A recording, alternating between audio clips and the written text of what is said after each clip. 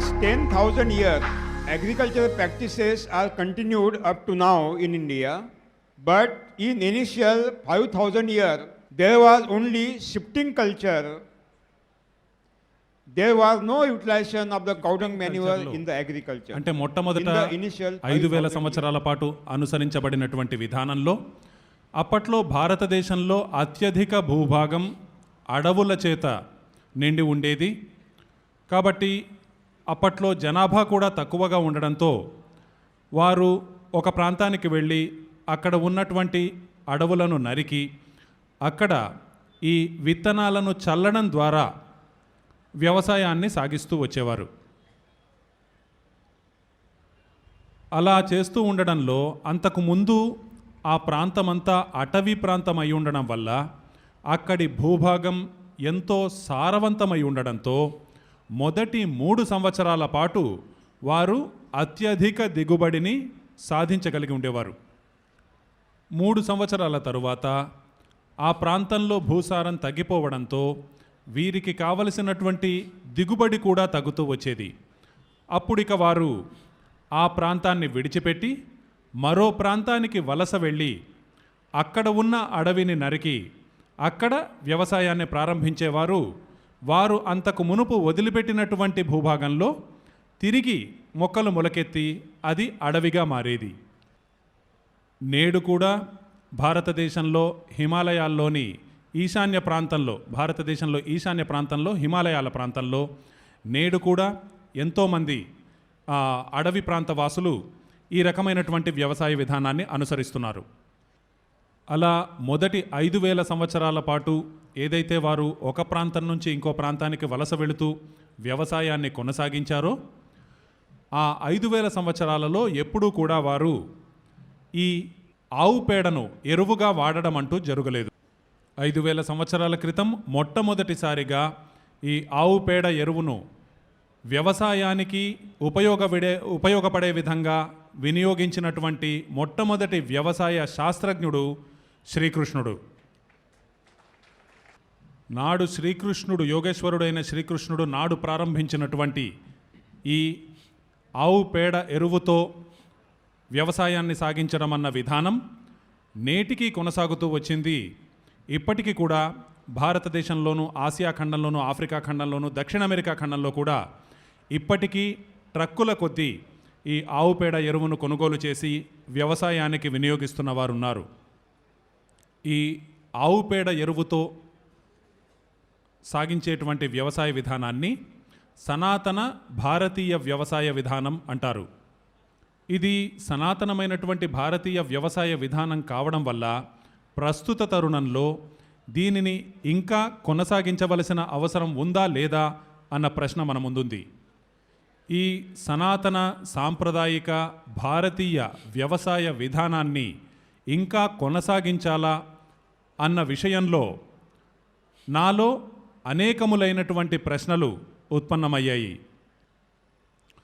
ఉత్తరాఖండ్లో జరిగినటువంటి ఒక శిక్షణ శిబిరంలో అధ్యక్షత వహించినటువంటి నా మిత్రుడైన ఒక వ్యవసాయ విశ్వవిద్యాలయపు ఉపకులపతి ఆ కార్యక్రమంలో ప్రసంగిస్తూ ఈరోజు ఈ గో ఆధారిత వ్యవసాయాన్ని కొనసాగించాలి అంటే 60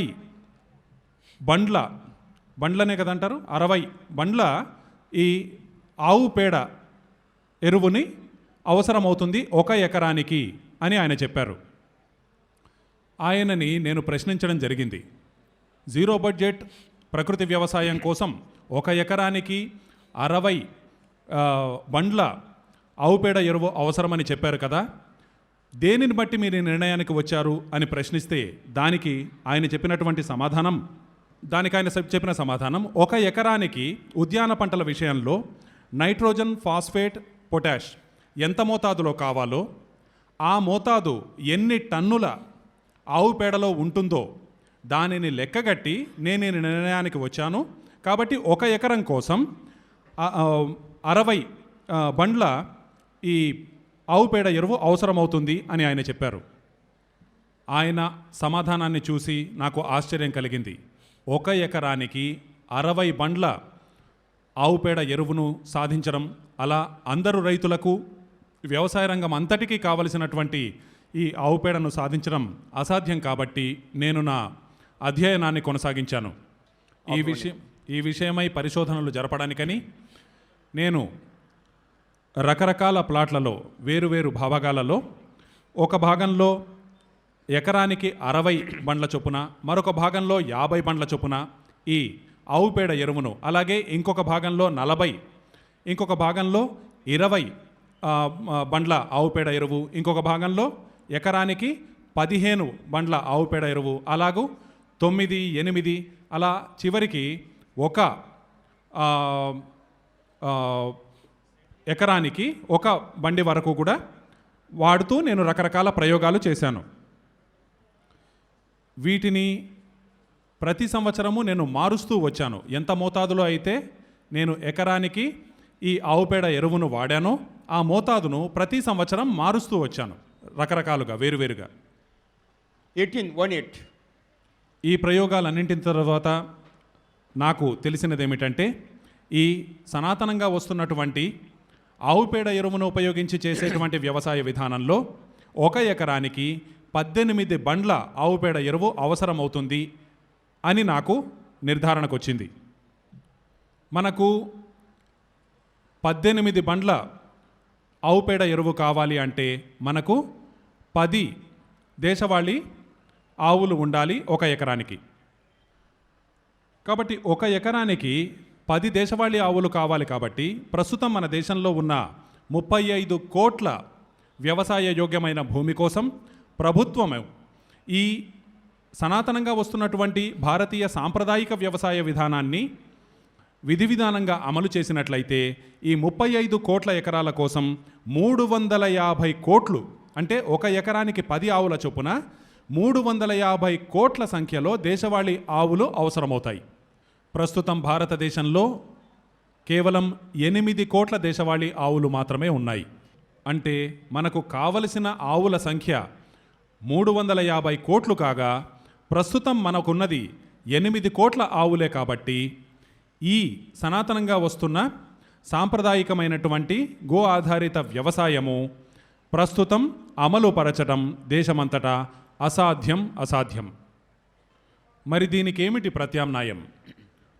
అప్పట్లో ఆంగ్లేయ పాలకులు ఈ సాంప్రదాయికమైనటువంటి వ్యవసాయ విధానానికి ఒక ప్రత్యామ్నాయాన్ని సూచించదలిచారు. అప్పట్లో భారతదేశం ఆంగ్లేయుల పాలనలో ఉండేది. ఈ సాంప్రదాయిక వ్యవసాయ విధానానికి ప్రత్యామ్నాయంగా ఆంగ్లేయులు పరిశోధనలు జరిపి 10 ఏళ్ల పరిశోధనల తరువాత ఒక క్రొత్త వ్యవసాయ విధానాన్ని పరిచయం చేశారు. అదే సేంద్రియ వ్యవసాయం.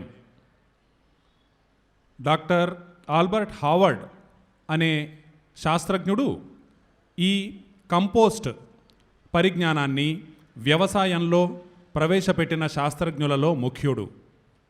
ఆ వ్యవసాయ పరిజ్ఞానాన్ని అభివృద్ధి చేసిన తరువాత డాక్టర్ ఆల్బర్ట్ హావర్డ్ దానికి పెట్టినటువంటి పేరు ఆర్గానిక్ ఫార్మింగ్, సేంద్రియ వ్యవసాయం.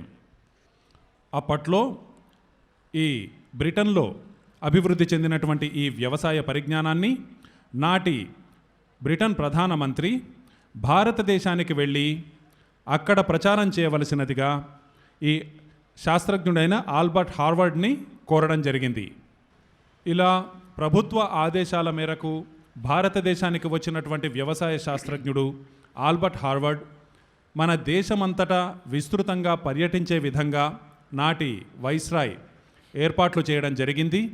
ఈ శాస్త్రజ్ఞుడు భారతదేశంలో మారుమూల పల్లెలకు కూడా వెళ్ళి అక్కడ నివసించి అక్కడి సాంప్రదాయికమైనటువంటి వ్యవసాయ పద్ధతులతో ఈ నూతన వ్యవసాయ విధానాన్ని సరిపోల్చాడు. ఈ 2 వ్యవసాయ విధానాలను పోల్చి చూసి ప్రయోగించడానికి గాను ఆయనకు కొంత భూభాగం కావలసి వచ్చింది. ఇండోర్కు చెందిన రాణి గారు ఆయనకు 300 ఎకరాల భూమిని ఈ ప్రయోగాల కోసం ఇచ్చింది. ఇలా ఈ ఇండోర్ సామ్రాజ్యం అప్పగించినటువంటి 300 ఎకరాలలో భారతీయ సాంప్రదాయిక వ్యవసాయ విధానాన్ని అలాగే కంపోస్ట్ వ్యవసాయ విధానాన్ని పోల్చి చూసే ప్రయోగాలను ఆయన ఆరంభించాడు. నిరంతర ప్రయోగాల ఫలితంగా తాను ఈ భారతీయ సాంప్రదాయికమైనటువంటి వ్యవసాయ విధానమే ప్రపంచమంతటిలోనూ అత్యుత్తమమైన వ్యవసాయ విధానం అని గుర్తించాడు. ఈ ప్రయోగాల ఫలితాలని గమనించిన తరువాత ఈ శాస్త్రజ్ఞుడు ఆల్బర్ట్ హార్వర్డ్ నాటి బ్రిటన్ ప్రధానమంత్రికి ఒక లేఖ వ్రాశాడు.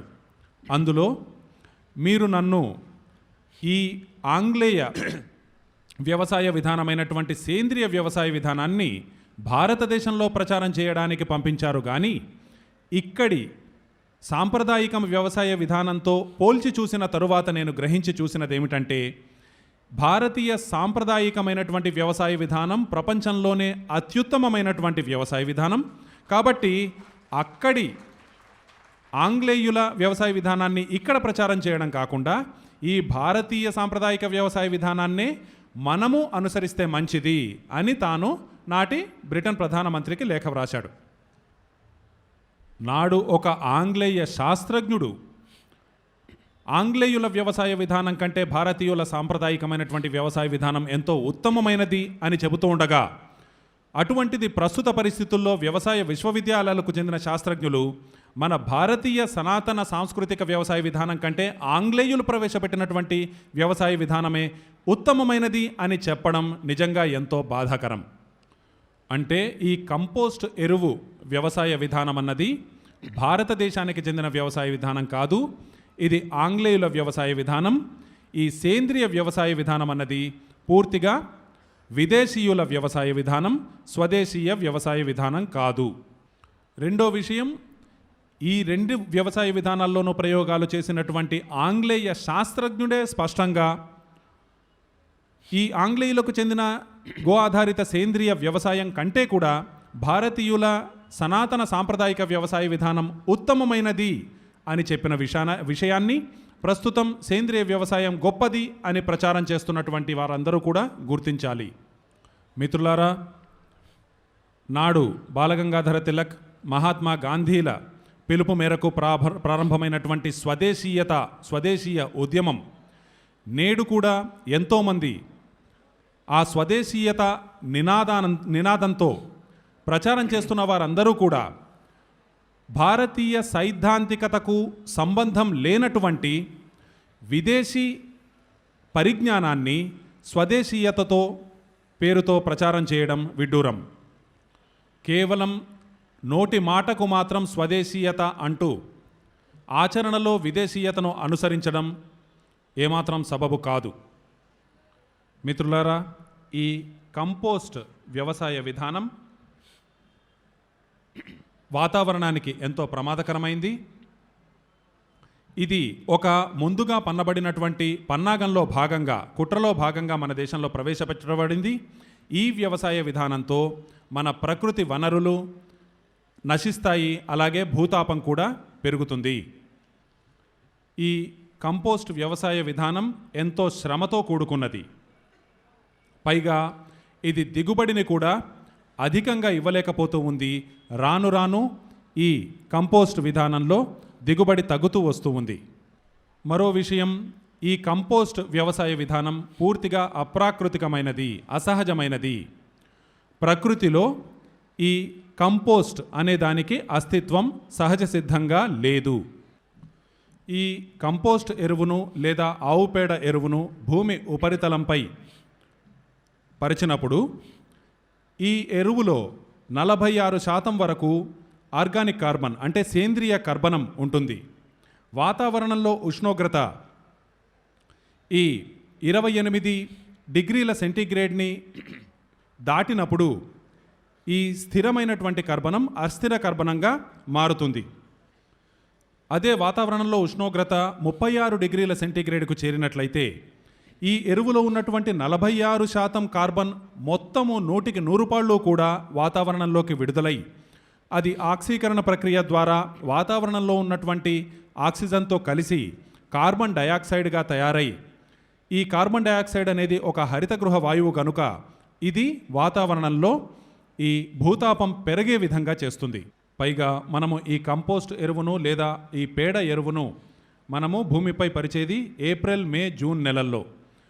ఆ సమయంలో వాతావరణంలో ఉష్ణోగ్రత దాదాపు 48 డిగ్రీల సెంటీగ్రేడ్ వరకు ఉంటుంది.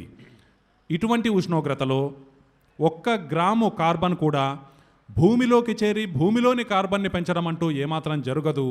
ఈ కార్బన్ అంతా కూడా వాతావరణంలో కలిసి వాతావరణంలో కార్బన్ డయాక్సైడ్ని మాత్రం పెంచి ఈ భూతాపం పెరగడానికి దోహదమవుతుంది. అలాగే భూమిపైన ఈ కంపోస్ట్ ఎరువును పరిచినప్పుడు వర్షం పడ్డట్లయితే ఆ వర్షపు నీటితో కలిసి ఈ విఘటనం జరిగి ఆ విఘటనం ద్వారా నైట్రస్ ఆక్సైడ్ మరియు మీథేన్ అనేటువంటి ప్రమాదకరములైనటువంటి హరితగృహ వాయువులు కూడా వెలువడతాయి. దీనిని బట్టి మనకు అర్థమయ్యేది ఈ కంపోస్ట్ వ్యవసాయ విధానం అన్నటువంటిది ఉత్తర కొరియా హైడ్రోజన్ బాంబు కంటే కూడా ప్రమాదకరమైంది. మిత్రులారా, ఇప్పుడు మీ మనసులో ఒక ప్రశ్న ఉదయించవచ్చు. సరే, కంపోస్ట్ వ్యవసాయ విధానాన్ని గురించి ఇది విషయం, మరి వర్మి కంపోస్ట్ విషయం ఏమిటి? దీనిని గురించి కూడా విస్తారంగా చర్చిద్దాం. ఐరోపాలోనూ అమెరికాలోనూ ఒక గంభీరమైనటువంటి సమస్య తలెత్తింది. అదేమిటంటే అక్కడి ఆహార పదార్థాల్లో ఈ కాడ్మియం, ఆర్సెనిక్, మెర్క్యూరీ, లెడ్ అనేటువంటి భారలోహాల అంశాలు కనిపించసాగాయి. ఇవి ఈ ఆహార పదార్థాల్లోకి ఎలా వచ్చి చేరుతున్నాయి అన్న విషయంపై వారు పరిశోధనలు సాగించారు. నిరంతర ప్రయోగాల వల్ల వారు ఈ భారలోహాలన్నీ కూడా రసాయన ఎరువుల నుంచి వస్తున్నాయి అని గ్రహించారు. ఎందుకంటే ప్రతి రసాయన ఎరువు కూడా కొద్దిగా సూక్ష్మ పరిమాణంలో ఈ భారలోహాలను కలిగి ఉంటుంది. ఈ పొలాల నుంచి వచ్చినటువంటి దిగుబడిలో ఎంత మోతాదులో ఈ భారలోహాలు ఉన్నాయి అన్నటువంటిది లెక్కించడం ఎలా అన్న విషయమై వాళ్ళు ఆలోచించారు. ఇలా ఒక పంట యొక్క అవశేషాలలో ఉన్నటువంటి భారలోహాల పరిమాణాన్ని, వాటి మోతాదుని గుర్తించడానికి ప్రత్యేకించి వారు గుర్తించినటువంటి ఒక జీవి ఒకటి ఉంది. ఇది ఒక బయో మానిటర్. అంటే ఈ పంట యొక్క అవశేషాలలో ఈ భారలోహాలు ఏవైతే ఉన్నాయో కాడ్మియం, ఆర్సెనిక్, మెర్క్యూరీ, లెడ్, వీటిని మాత్రమే స్వీకరించేటువంటి ఒక జీవిని వారు గుర్తించారు. ఆ క్రిమికి వారు పెట్టిన పేరు ఎసినోఫిటిడా. ఎసినోఫిటిడా అనేటువంటి జీవిని ప్రస్తుతం మన వ్యవసాయ శాఖకు సంబంధించిన వారు, మన స్వచ్ఛంద సంస్థలు, మన ప్రభుత్వము వెర్మికంపోస్ట్ వ్యవసాయ విధానంలో ఉపయోగిస్తున్నాయో అది మొట్టమొదటి 10 సంవత్సరాలు కూడా కేవలం బయోమానిటర్గా, అంటే ఈ భారలోహాల మోతాదును గుర్తించడానికి, ఎందుకంటే అది భారలోహాలను మాత్రమే గ్రహిస్తుంది కనుక ఈ భారలోహాలను గుర్తించడానికి మాత్రమే ఆ జీవిని ఉపయోగించారు. అప్పట్లో ఐరోపాలోనూ అమెరికాలోనూ ఈ రసాయనాలతో కూడినటువంటి ఆహారం మాకు వద్దు అని ఒక బ్రహ్మాండమైనటువంటి ఉద్యమం బయలుదేరింది. ప్రజల నుంచి భారీ స్థాయిలో వచ్చినటువంటి ఈ రసాయనాలతో కూడిన ఆహారానికి వ్యతిరేకంగా భారీ స్థాయిలో వచ్చినటువంటి ఉద్యమాన్ని గుర్తించి వాళ్ళు అప్పటి వ్యవసాయ విధానంలో ఈ రసాయన ఎరువులను తయారు చేసే ఈ కర్మాగారాల మీద ఒక నియంత్రణను, ఈ ఉద్యమం ఒత్తిడితో వారు ఆ రసాయన ఎరువులను తయారు చేసే కర్మాగారాలను నియంత్రించడం జరిగింది.